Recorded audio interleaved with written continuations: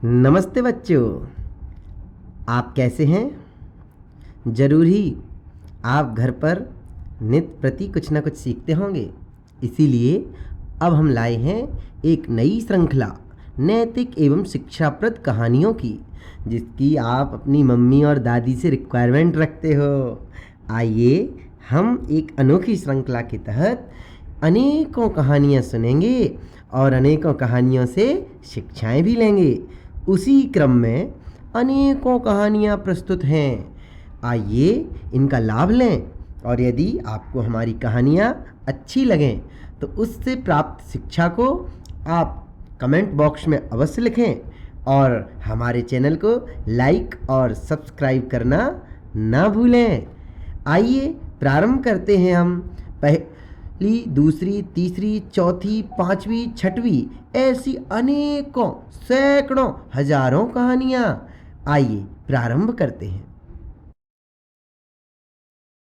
आइए बच्चों, हम प्रारंभ करते हैं आज की नई कहानी, और वो है सबसे प्रसिद्ध लोगों की कहानी, अकबर बीरबल की कहानी। और कहानी का नाम है चतुर विद्वान। तो आइए हम प्रारंभ करते हैं कहानी को पढ़ना। मैं हूँ एक कथावाचक और कथावाचक की कहानियों का आप लाभ ले रहे हैं। भारत के महान बादशाह अकबर के दरबार में बीरबल नामक एक विद्वान थे। उनकी और बादशाह सलामत की सदैव होड़ लगी रहती थी। अपनी चतुराई से बीरबल बादशाह को हरा देते थे। एक बार सर्दी के मौसम में सम्राट अकबर बीरबल के साथ घूमने गए। रास्ते में एक आदमी अपने मित्रों से बातें कर रहा था।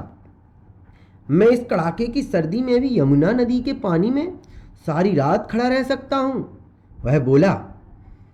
यह बात बादशाह के कानों में पड़ी। वे रुककर बोले, सचमुच? तुम यह करके दिखाओ। यदि तुम जीवित रहे तो कल सुबह हमारे महल में आना, हम तुम्हें सोने के सिक्कों की एक थैली देंगे। वह आदमी खुशी से फूला नहीं समाया। वह सारी रात नदी के ठंडे पानी में खड़ा रहा। दूसरे दिन अपना पुरस्कार पाने वह दरबार में पहुंचा। बादशाह को विश्वास नहीं हुआ। पूछ ही बैठे, पहले बताओ यह काम तुमने किया कैसे? महाराज, मैं नदी के उस पार एक टिमटिमाते दीपक को देखता रहा। तो तुम दीपक की गर्मी का आनंद लेते रहे। यह पुरस्कार तुम्हें कदापि नहीं मिल सकता। बादशाह की बात का विरोध करने की हिम्मत या विरोध करने का साहस किसमें था? निराश आदमी मुंह लटकाए घर लौट गया। बीरबल को उस आदमी पर दया आई और बादशाह पर क्रोध। दूसरे दिन वह दरबार नहीं गए। अब देखिए, अब बीरबल ने अपनी चतुराई दिखा के क्या किया। आइए पढ़ते हैं आगे। बीरबल नहीं आए। बादशाह ने पूछा। उसके न आने का कारण किसी को नहीं पता था। शायद वह बीमार हैं, हम उनके घर जाएंगे। बादशाह अपनी सवारी में बैठकर बीरबल के घर पहुंचे। वहां पहुंचकर उन्होंने एक अनोखा दृश्य देखा। बीरबल बगीचे में बैठा हुआ था। पास ही हल्की सी आग जल रही थी।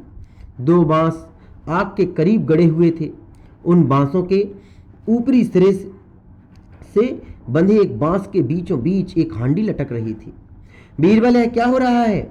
बादशाह ने पूछा। तुम दरबार क्यों नहीं आए? महाराज, मेरे पेट में दर्द है। उस हांडी में मैं खिचड़ी पका रहा हूँ। पागल हो गए हो क्या? आग का सेंक वहां तक कैसे पहुंचेगा? बादशाह बोले। नदी के उस पार जलते दीपक का सेंक भी तो उस आदमी को मिला था। बीरबल ने तुरंत उत्तर दिया और खिलखिलाकर हंसे। बादशाह इस कथन का अर्थ भांप गए। तुरंत उस आदमी को बुलाकर उसे सोने के सिक्कों की थैली दे दी।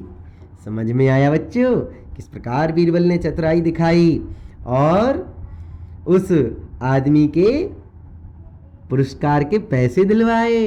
इस कहानी से हमें क्या शिक्षा मिलती है, आप कमेंट बॉक्स में अवश्य लिखें और चैनल को सब्सक्राइब करना ना भूलें। नमस्ते बच्चों।